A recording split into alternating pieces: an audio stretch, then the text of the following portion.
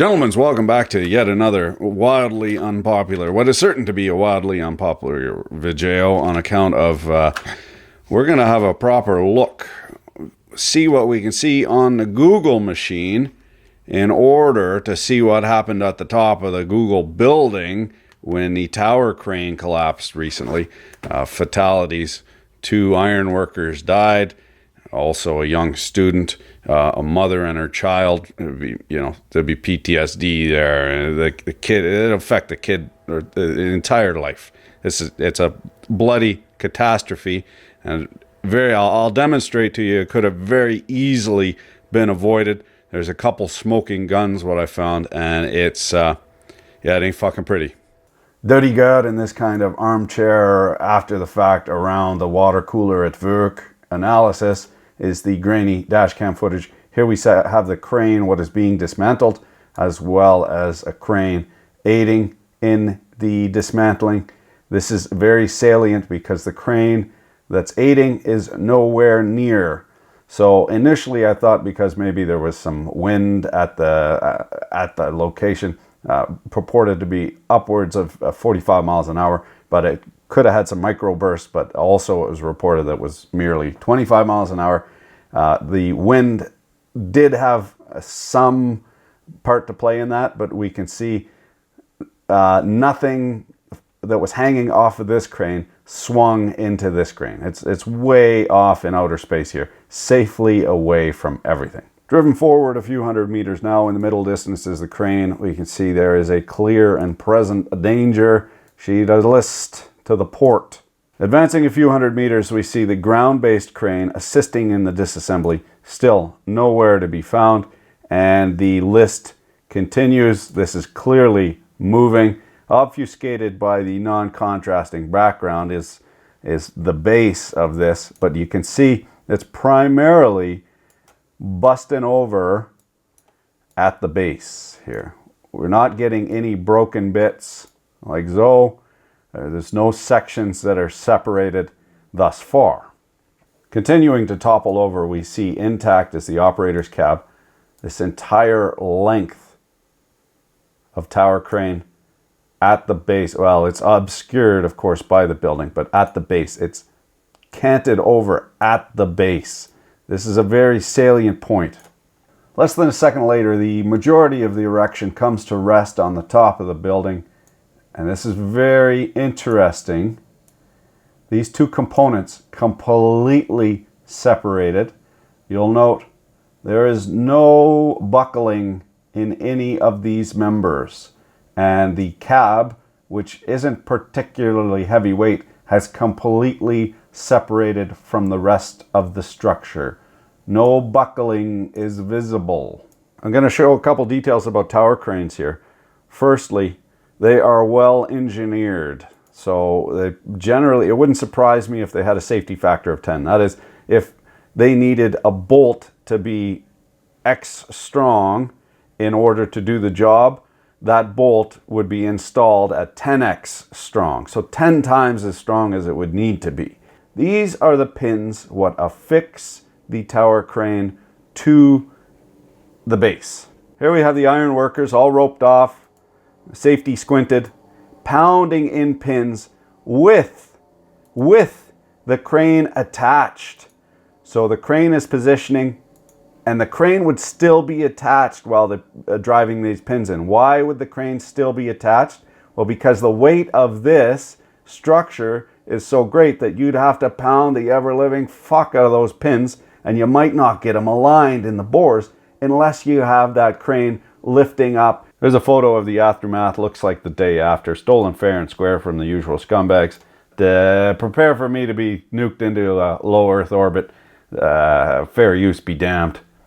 So we can see the ground-based crane here is in position, helping, assisting, as well as an additional crane to help clean up the mess.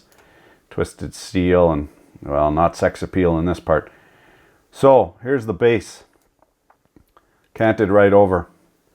Here's a section broken off. Here's another section started to break off. And this section fallen to the ground, of course, with the cab fallen over here somewhere. You see how uniform the breaks are.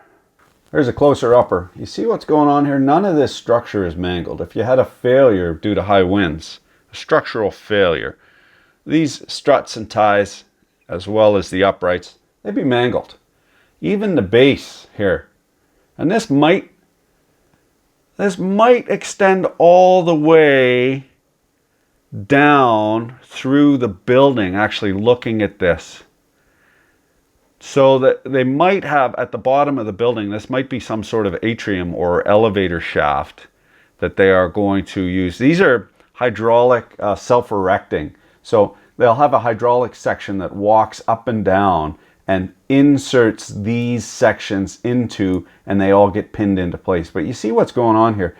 This is not mangled at all where it's broken. This is not mangled at all. This, not mangled. Not mangled. Even where it fell clean off, not mangled. Now this picture pretty much says it. It's a goddamn travesty is what it is. We got a stroller here. Liebherr is the manufacturer of the crane. This is a good, strong brand, world-renowned, German, well-engineered. This is the scariest part, you know, this crushed, mangled car, what had people in it. You look at this, crime scene, do not cross, and that's what we're looking at. You see here, these members. Let's have a little closer look at that. We'll zoom in. So these are the pins that hold these, what would you call those, struts or slide-ins, indexing pin bores, and we can see the paint has stripped off of here and stripped off of here, but it's not completely mangled. So there has been some stress on these members, and you can see the pin bent over, but it's not mangled. If there were pins as big around as your bicep in that, this would be completely mangled. In this shot, in the aftermath, we got an iron worker here cleaning up the mess. Don't make no mistake, these guys are all going to be affected. The first responders. It's this kind of thing sticks with you your whole life. Got tool bags here. Those are very standard tool bags. You put parts in them, you put tools in them. Okay. Now the structure of the building, what got hit, clipped, completely mangled. Here is the mating part to that pin bore. There'd be pin bores across here. We saw in the previous shot there, those long things with the holes that get eased in there, and then the pins get pounded in. You see, that's not mangled at all. It's just kind of bent over in the opposite direction of this, the one in the previous shot. Not mangled. That means it slid out of there. It didn't break out of there. It slid out of there. Back to the ground now. We got a police officer. Like I said, first responders. These guys got to deal with this their whole fucking life. You imagine getting a young lady out of her car. I couldn't imagine. It makes me sick.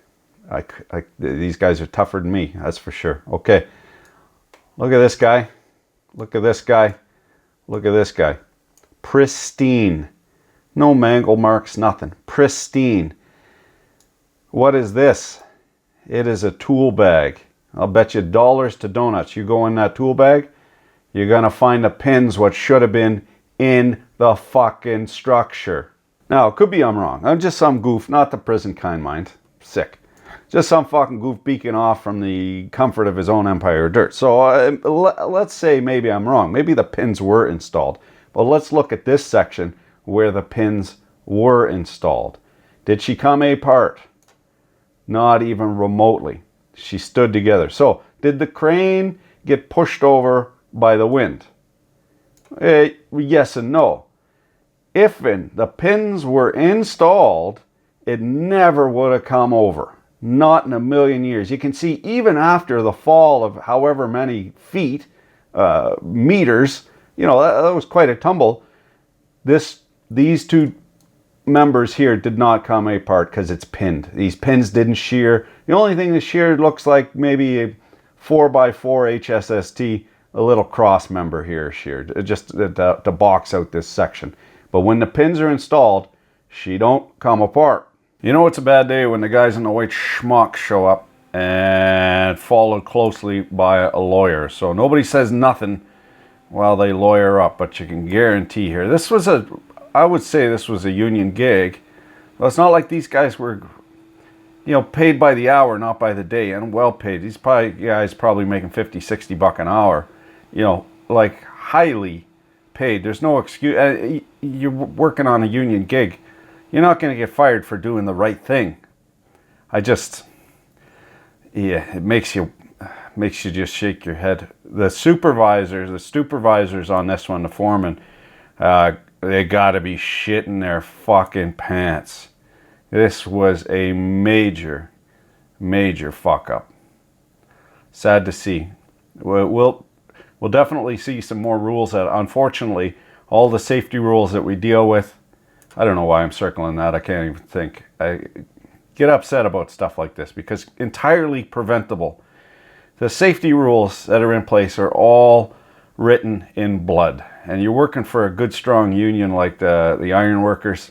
There's no excuse for taking a shortcut. Why they would pull the pins out prior to having it rigged up, or even maybe there was a situation with the crane was rigged up but it was too windy and he had to call it off or whatever, but still they should have put the pins back in. And the other thing is, why did they take all of the pins out? You know, you generally, prudence, the safety goat dictates, you would pull the pins out of one section at a time, not work from the bottom up. That's kind of lazy, is it not? You pull all the pins so that you don't have to fuck with them later, climbing up and down. I don't know. That's just my cursory look at this. Pretty obvious, major fuck up.